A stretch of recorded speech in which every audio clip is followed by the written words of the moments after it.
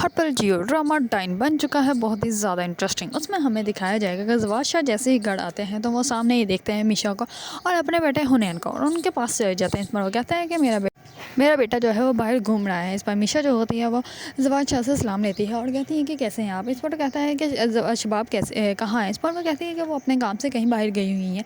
इस पर वो कहता है कि क्या बात है, क्या जादू कर दिया तुमने कि पहले तो वो इसको छोड़ के कहीं जाते नहीं थे, अब वो इसको छोड़ के बाहर चली गई है। इस पर वो कहती है कि बस देख लें, ये मोहब्बत का जादू है, जिस पे भी चलता है वो जान लेकर ही छोड़ता है। इस पर जो होता है जवाद शाह थोड़ा सा हैरान हो जाता है।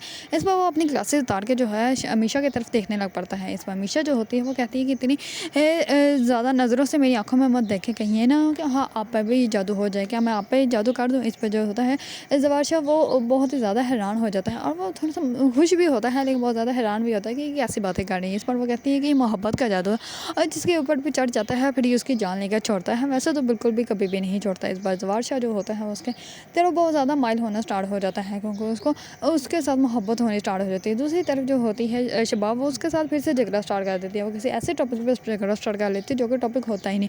उसको कहते हैं कि निहाल को जो है वो जल्दी से जल्दी डिवोर्स देकर फाड़क होता है, जबकि उसको पता है कि निहाल जो है वो जिंदा ही नहीं है। इस पर जो होता है जवाद शाह वो कहता है कि जब मैंने उसको डिवोर्स देनी होगी तो मैं दे दूँगा, इतनी भी जल्दी किस बात की है, और वैसे भी मैं टाइम निकाल के जाऊँगा उसके घर तो जाके डिवोर्स दे दूँगी। इस पर जो होती है शबाब वो कहती है कि उसके घर जाने की क्या ज़रूरत है, पेपर से बनवाओ उसके घर भेज दो, बस बात ख़त्म।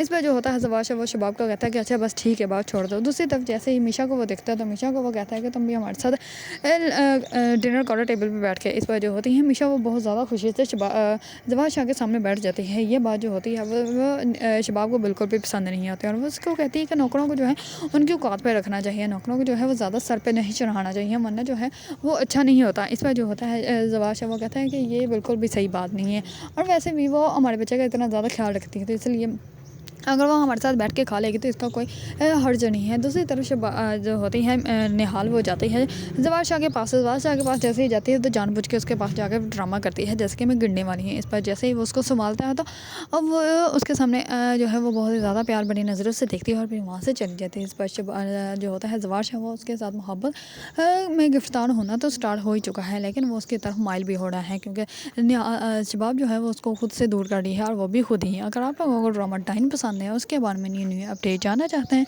तो मेरे चैनल को लाइक कमेंट एंड सब्सक्राइब करना मत भूलिएगा।